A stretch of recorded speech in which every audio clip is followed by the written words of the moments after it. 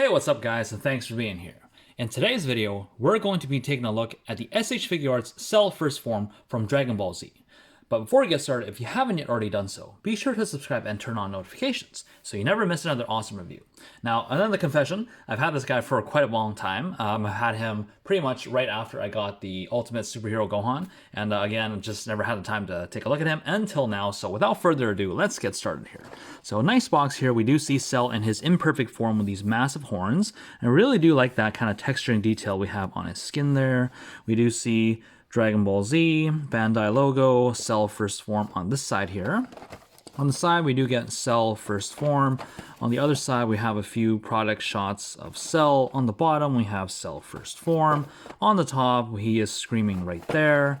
And on the back, we get your typical product shots for SH Figuarts. And if you thought that it came with a piece of rock, guess again. Tamashi Effect Rock beige version is sold separately, so that's kind of sad. But yeah, without further ado, let's crack this guy open and see what he has to offer. All right, and here we are back with Cell First Form, all out of the packaging. So let's take a quick look at this figure first. One thing right off the bat is the detailing and the texturing of this guy is absolutely amazing. Of course, this is show accurate, but still, just to see this in actual figure form is actually very, very nice. Of course, we did get this with the perfect Cell as well, but still, just seeing it in hand, it's really good. So all this nice texture detailing with black paint on it is really, really nice. We have this big black jewel on his head, kind of this beak-looking mouth, very, very nice. We got a orange chest, orange crotch, and some blue kind of almost I would say joints, kind of. So pretty cool. We do have the three-toed feet, which is actually similar to Frieza. Now, for those that actually don't know, Cell is based off of multiple different characters. Basically, the doctor, Dr. Gero, took the DNA from multiple different guys and kind of made his own little abomination, which is Cell right here. On the back here, we do have the nice wings, two big wings here, and they got this nice super long tail that ends in a point. So yeah, very, very cool. Now, in terms of articulation, head is on a double ball joint, so that's pretty good articulation there. Neck is on a ball joint as well, so you can get some pretty good motion there. Shoulders, we do have a butterfly joint that actually is a little stiff, but you can actually get pretty far out right there. So it is a little gappy, but that's actually really, really good. See how far that comes across the body. Now, bringing that back, we do have a ball joint here for the shoulder, and we have a hinge. This shoulder pad piece is a separate piece as well, but it can kind of hinge up just like that. Very, very nice.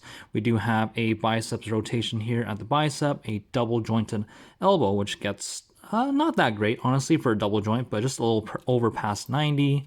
We do have a ball hinge at the wrist. And here at the waist, there's only just one. Actually, no, there's two waist joints here. We got one that goes into the chest and one that goes into the waist, so very, very nice. Legs, we kick forward this far, and they kick back about that far. This is a drop-down hinge as well, so you can kind of see there's a little bit of motion here. If you drop this down, you will kick a little higher than that. Rotation here at this joint as well. We have a double jointed knee that gets to, I would say, around 120.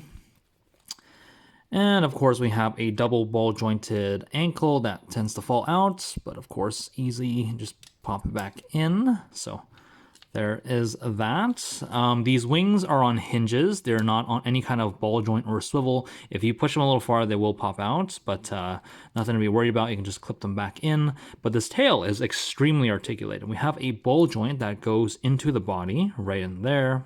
If the camera's going to focus, so into there. We have a double, I would say, swivel and a hinge in the middle here for this joint. We have the same kind of joint here as well as here. So you can get some really good kind of articulation out of this tail right here.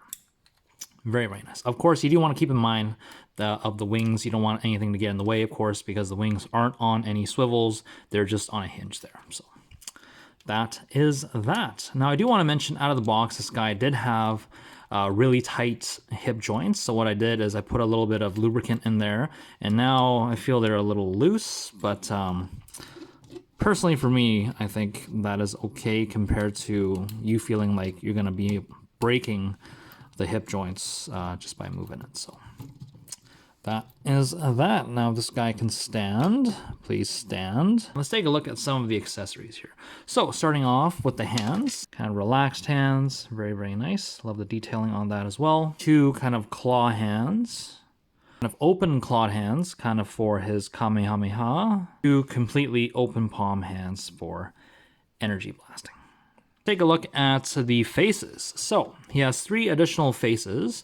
One of them is a left-looking little smirk with his mouth open. You can see a little pink tongue in there. Straightforward-looking smirk with, again, the mouth open. You can kind of see the smirk is going up this way here. Big gaping mouth. He's scared or whatever is going on. And yeah, so there is that. Now, just for this face, there is a specific headpiece. And the only difference between this and the one over there are the brows are a little bit raised. Again, it's barely noticeable. If you bring this guy close here, you can't even tell the difference here. But it's just, you gotta take my word for it. The brows are a little bit more raised. At least that's what the instruction says. And that's to simply go with this face here because he is just screaming. So, of course, to take it off, you just take this crest off. You see there's 3 different pegs here, and this peg would go into this hole in the head. You peg the face in, you peg that in. So just so you can see how it looks, that's how it looks, like that. So that is that. Now, the last piece of accessory is a very cool piece, and that is, of course, the basically the stinger tail opening up into this giant vacuum that sucks up the androids, Android 17 and 18, so that Cell can transform into his semi-perfect and finally his perfect form. And, of course, the tip here is the exact same as just the very end that is now widened. So, and actually, there's some nice fading in there. I really do love that. Get some texture as well on the outside.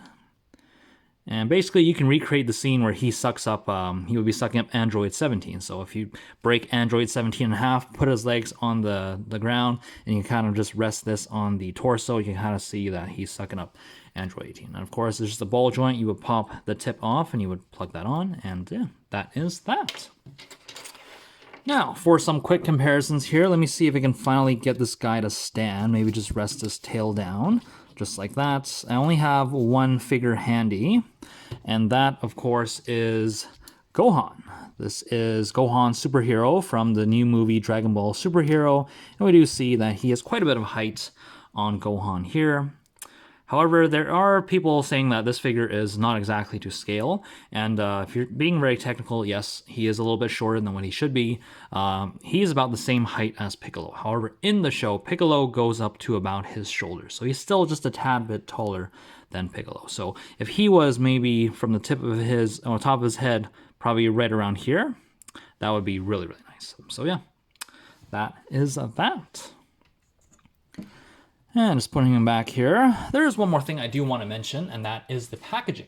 Now, this is the first figure, at least for me, that I've noticed there wasn't any real instruction kind of paper inside. But something that I noticed is that they printed the instructions on the box. So that's actually very convenient. It saves a little bit of paper. And see, here we have some instructions for the head.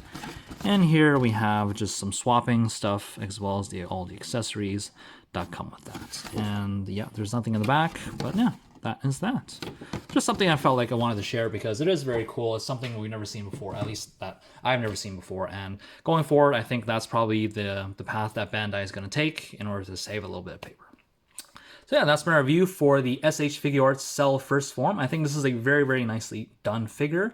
Some of the joints and tolerances could be worked on a little bit, but overall the design and how it looks is just absolutely gorgeous. I love the texture, and I love the paint, and I love just everything about it. It's really nice that we're finally getting a Cell First Form figure, and now all we need is a semi-perfect Cell. So if you guys enjoyed the video, be sure to let me know by hitting that thumbs up button, and until next time, guys, take care. Bye.